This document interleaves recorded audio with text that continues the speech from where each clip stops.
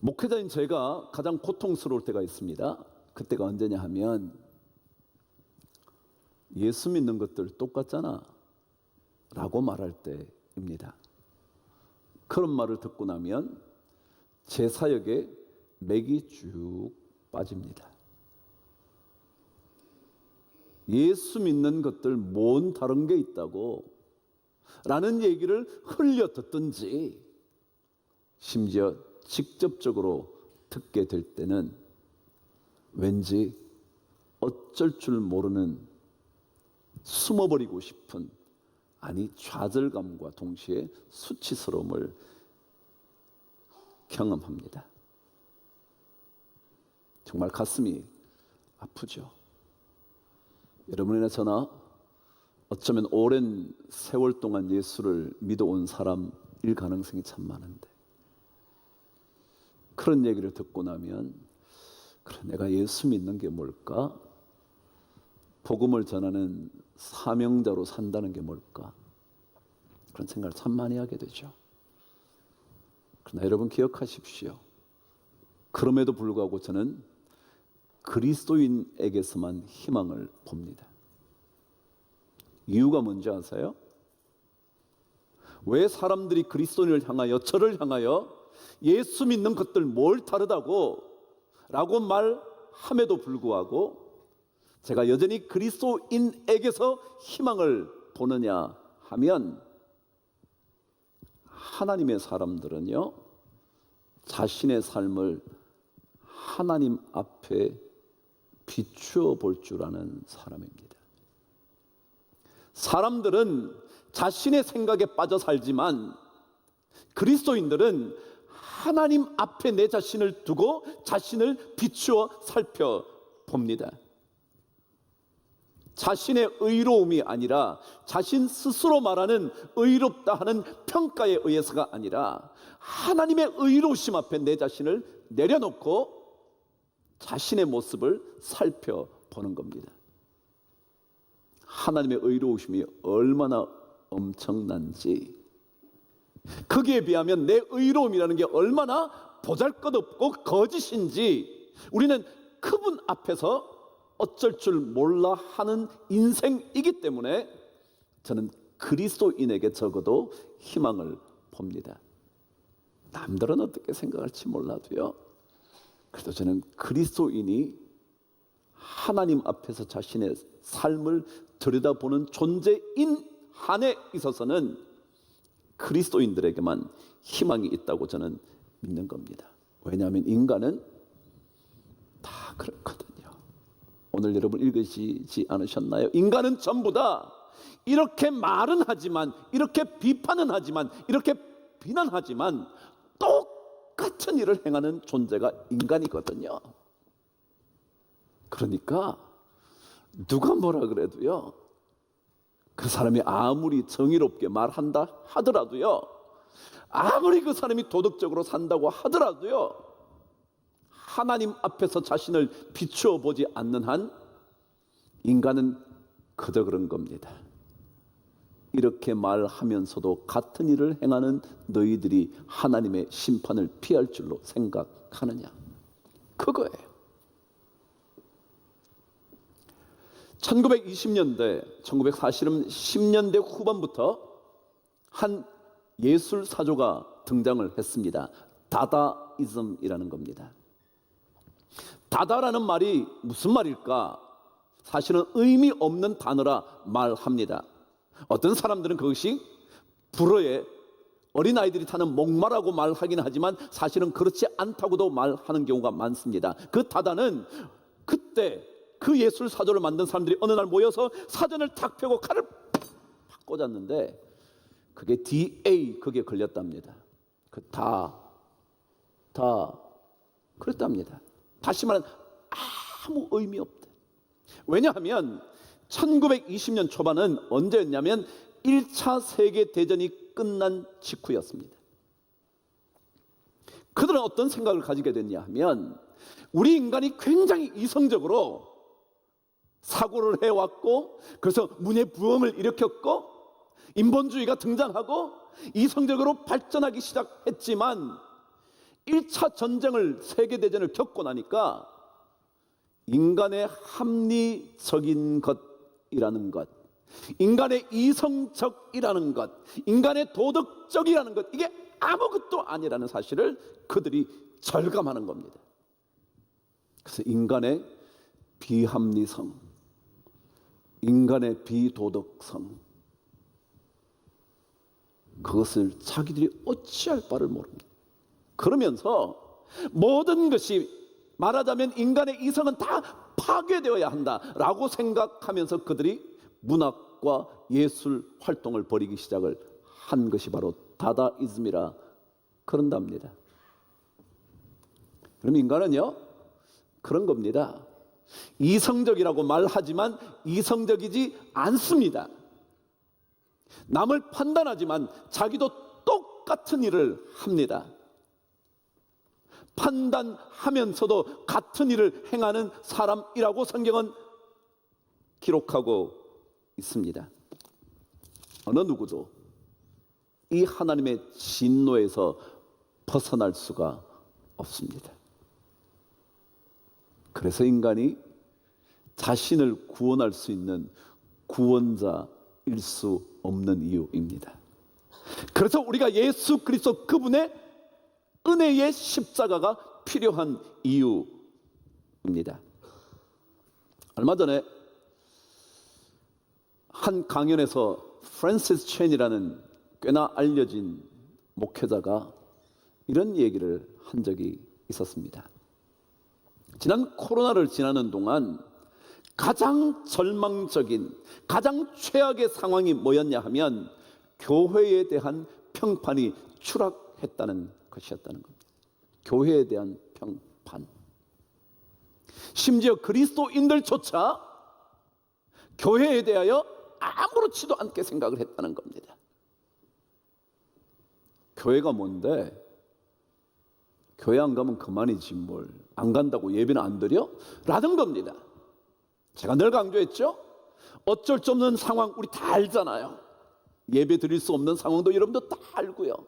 그럼에도 불구하고 그리스도인들 자체가 그 교회의 공동체 일원이 된다는 것이 얼마나 영광스러운지, 얼마나 신성하고 거룩한 일인지를 다 잃어버렸다는 거예요. 그것 때문에 다른 사람이 보다가 교회 아무것도 아니네 라고 생각을 했다는 겁니다.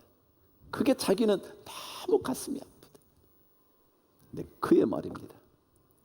그럼에도 불구하고 자신은 이 길을 떠나지 않을 거라고. 이유는 언제인가 주님께서 다시 우리에게 오실 때, 그때 주님 앞에 서서 주님, 제가 이 길 걸어왔습니다 라고 말하고 싶어서, 남들은 다 떠나도 나는 그 말을 하며 주님 앞에 서고 싶어서 라고 말하면서 그가 나무에 가지치기 얘기를 했습니다. 여러분, 전지 작업을 해본 적이 있으신지 모르겠습니다. 전지 작업은요, 가지를 잘라내는 작업이 아닙니다. 또 다른 목적이 있습니다. 아니, 원래 목적이 그겁니다. 가지를 잘라내는 게 목적이 아니고요, 잘라냄으로 인하여 남아있는 가지가 훨씬 더 좋고 튼튼한 열매를 맺게 하기 위하여 전지 가지를 잘라내는 겁니다. 그러니까 다 잘려 가버린 것 같은데 남아있는 그것들이 훨씬 더 좋은 열매를 맺는 겁니다. 마치 많은 사람이 세상을 향하여 간다 할지라도 남아있는 그 누군가를 통하여 훨씬 더 좋은 열매를 맺게 되는 일. 어쩌면 이것이 코로나 이후에 우리 남아있는 이 그리스도인들의 사명이 아닐까. 코로나로 인하여 수많은 그리스도인들이 세상으로 가버렸습니다. 교회를 더 이상 찾지 않아도 좋다고 생각을 합니다. 아니, 교회 찾지 않는 것은 문제가 아니라 하나님을 찾지 않아도 살 수 있다고 생각합니다. 아니, 그것이 훨씬 더 편안한 삶이라고 생각하면서 떠나버렸습니다.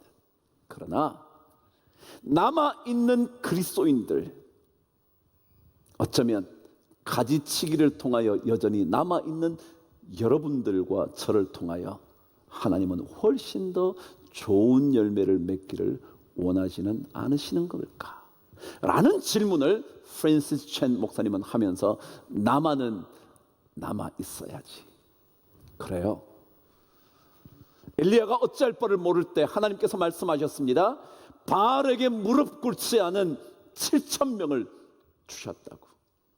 우리가 볼 수는 없지만, 우리는 만나지는 못했지만, 그러나 7,000명 중에 한 사람으로 남아 있으려고 하는 사람이 이 땅에 수도 없이 많이 있다는 사실, 그들이 하나님 앞에 엎드려 사는 한 우리는 아직까지 그리스도인들에게 희망이 있다 생각이 드는 겁니다.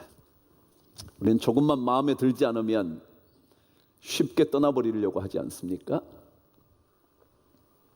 설교가 좀 괜찮으면 괜찮고 안 괜찮으면 떠나버리려고 하지 않습니까? 찬양이 자기 스타일에 맞으면 괜찮고 그렇지 않으면 쉽게 포기하려고 하지 않습니까? 이럴 때 우리는 더 하나님 앞에 엎드리는 인생이 되는 이 일이 우리에게 주어져 우리로 하여금 더 좋은 열매를 맺게 되는 일을 하나님이 원하시지 않을까? 여러분, 우리 인간이 왜 안 되냐? 왜 우리 인간 자체가 자기 자신을 건질 수 없나? 그렇다고 해서 다다이즘이 구원자가 될 수 없지만 그들이 생각한 것처럼 왜 인간의 이성과 합리성과 도덕이 절대 인간을 건져낼 수 없나? 오늘 성경은 다시 한번 그렇게 말합니다. 똑같은 일을 행하는 존재가 인간이기 때문에 그렇다. 이런 판단이라는 것 여러분 생각해 보셨나요? 판단. 우리 다 판단을 하죠. 뭔가를 판단해서 선택하는 거 아닌가요? 그게 뭘 그렇게 나쁘겠어요? 그런데 우리는 그 판단이 늘 남들에게 주어진다는 사실입니다. 남들에게 가혹하다는 겁니다. 판단하면서 그를 비난합니다. 판단하면서 그 사람을 무시합니다. 판단하면서 자기 자신이 높아졌다고 생각을 합니다. 이게 판단입니다. 그런데 여러분, 판단의 원래 뜻은 자기가 기준이 된다, 그런 뜻입니다. 자기가 기준이 되는 겁니다. 내가 모든 것의 기준입니다. 그래서 거기에 맞지 않으면 다 틀린 겁니다. 부인도 틀렸고요, 자식도 틀렸고요, 부모도 틀렸고요, 선생도 틀렸고요. 자기 생각에 맞아 떨어지면 맞는 겁니다.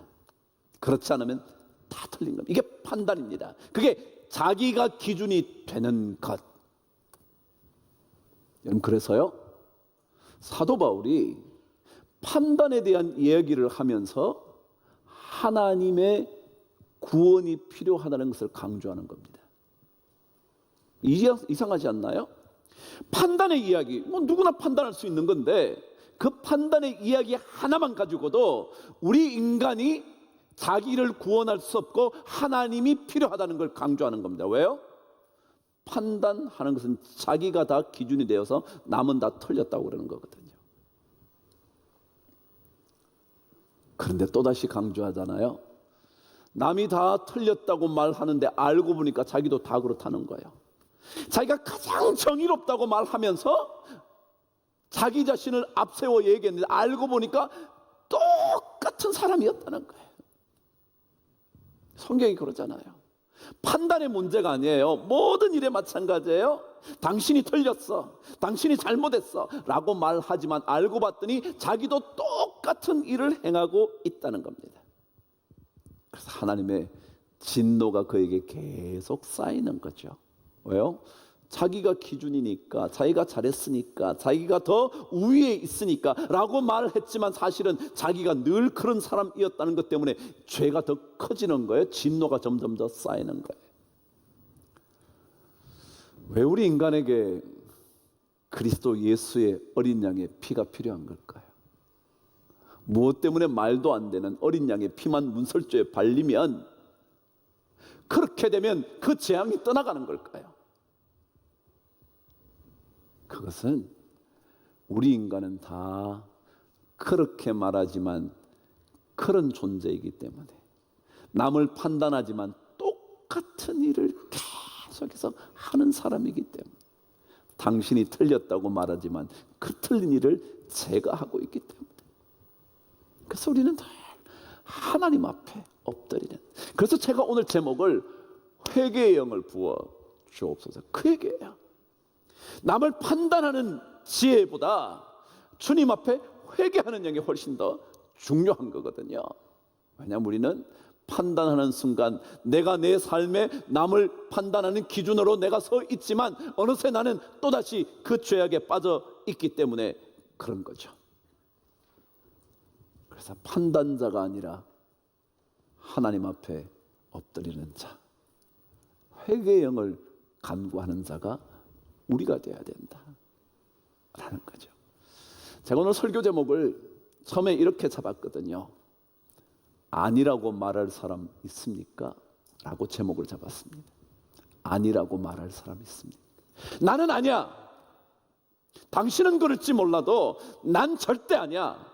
라고 말할 사람 있습니까? 그 사람을 무시하면서 그 사람을 우습게 말하면서 그 사람이 잘못됐다 핏대를 올리면서 말은 하지만 진짜 자기는 그렇지 않다고 말할 사람 있습니까? 그래서 우리에게 필요한 것은 회개의 영이다. 그래서 오늘 5절 말씀에 회개하지 않는 마음 때문에 진노가 쌓인다는 거예요. 우리가 죄를 안 지어서 지어서 쌓이는 게 아니라 회개하지 않아서 쌓이게 된다. 그런 거예요.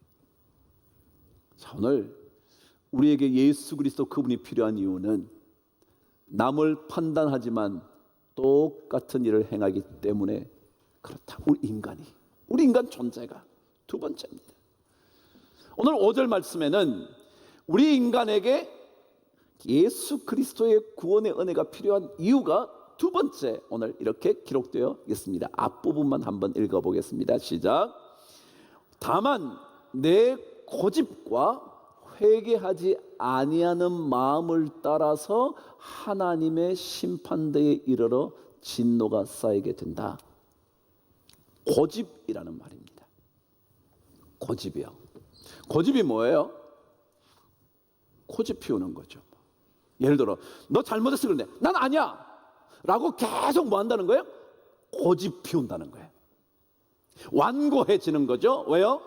나를 지적하면 저는 이렇게 말하거든요. 너는 얼마나 잘하는데 당신은 얼마나 잘나서 라고 내가 고집 피우거든요. 내 잘못을 지적받으면 우리는 하나님 앞에 나아가 회개해야 되는데 우리는 나도 모르게 내가 고집을 피우는 거예요. 나만 그래? 나보다 더한 게 당신이잖아 라고 말하는 이게 고집, 완고함이라는 겁니다. 완고함. 그래서 이 완고함은 번역을 완악함이라고도 번역합니다. 다시 말하면 고집을 피우면서 점점 더 악해지는 겁니다. 그러니까 이게 우리 인간이거든요. 첫 번째 뭐라 그랬어요? 여러분, 우리는 남을 판단하지만 비난하지만 그 비난을 내가 고스란히 하고 있다는 거예요. 비난받을 짓을 하고 있는 그 존재이기 때문에 하나님이 필요한데, 두 번째는 뭐냐면 우리가 무언가를 지적받으면 나도 모르게 내 자신 스스로 더 고집을 피우는 거예요. 그렇잖아요. 나 아니라니까 라고 말한다는 거예요. 그래서 그게 점점 더 악해진다는 거예요. 그런데요, 이 고집이라는 단어는 두 개의 단어의 뜻을 가지고 있더라고요. 첫 번째가 날카롭다라는 뜻이었습니다. 고집은 날카로워서 남을 공격한다는 거예요. 우리가 고집을 피우면 남을 공격하는 겁니다. 만일 누군가의 지적을 받아들여 하나님 앞에 엎드려 회개하면 부드러워지는데, 고집을 피우면 피울수록 점점 더 뭐해진다고요? 날카로워지는 거예요. 그래서 여러분, 누군가를 판단하면요, 그 판단을 받을 때 고집을 피우면 서로가 고집이 막 붙어요. 그게 날카로움끼리 붙어요. 그래서 두 사람이 다 상처를 입는 겁니다. 그래서 남을 판단할 필요 없어요. 판단한다고 고치지 않거든요. 비난한다고 절대로 바꾸지 않거든요. 여러분과 제가 비난받아서 바꾸던가요? 누군가 나에게 올바른 판단을 해줘서 우리가 바뀌던가요? 절대 그렇지 않아요. 내 자식이요? 내가 내 자식을 비난한다 해서 내 자식이 바꾸나요? 절대 아니에요. 왜요? 비난할수록, 판단할수록 그때 사람들은 점점 더 고집을 피워요. 내 고집이 점점 더 강해져요. 말을 안 들으니까. 내 고집이 더 강해지는 거예요. 더 날카로워지는 거예요. 자식을 찔러요. 부인을 찔러요. 남편을 찔러요. 해결이 안 되는 거예요.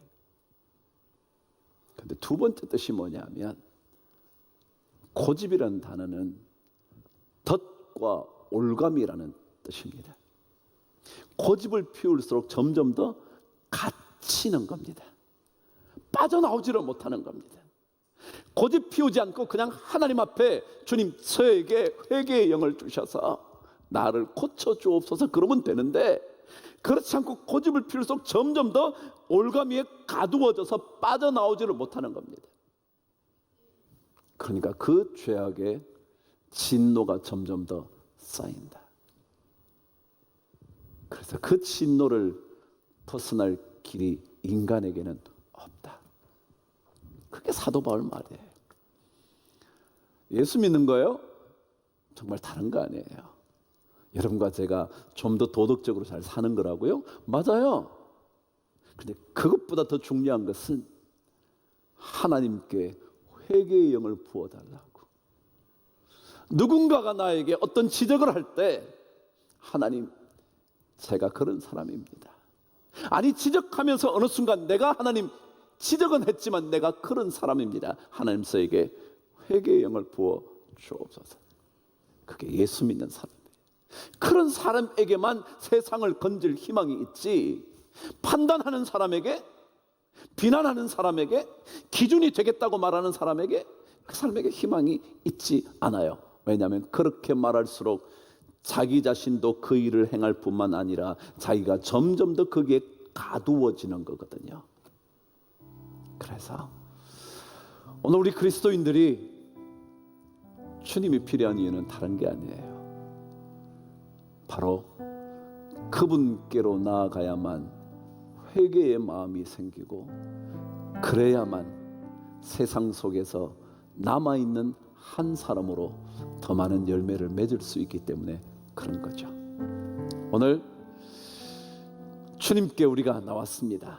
제가 처음 시작할 때 위로자가 주님이시라 그랬는데, 다른 데서 위로 찾으려고 생각하지 마시고요, 주님께 나오셔서 주님 앞에 엎드림으로 주님의 위로를 받으십시오. 그리고 주님께 회개의 영을 부어달라고 간구하십시오. 그러면 우리의 삶이 점점 더 견고한 튼실한 열매를 맺게 될 줄 믿습니다.